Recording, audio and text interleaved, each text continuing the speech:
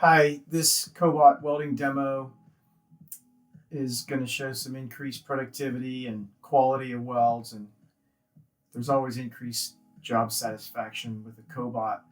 We have a modular tooling table that comes standard with our Cobot offering. These are just some of the welds we made. I mean, they were just perfect right out of the gates, first try. We say welding skill is not required because the person that programs and runs the robot just needs to be conscientious, not a trained, skilled welder. Program, especially this part, was very easy. It took me about 15 minutes to write the program, and we were welding.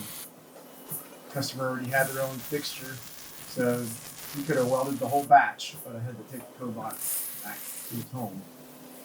The welding speed with the Cobot on this application would be almost twice as what it would be for manual welding.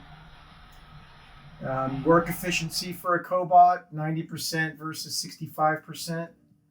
And of course, the most important thing is how long it takes. It could do this stack of 96 parts in about 2 hours versus 5 hours.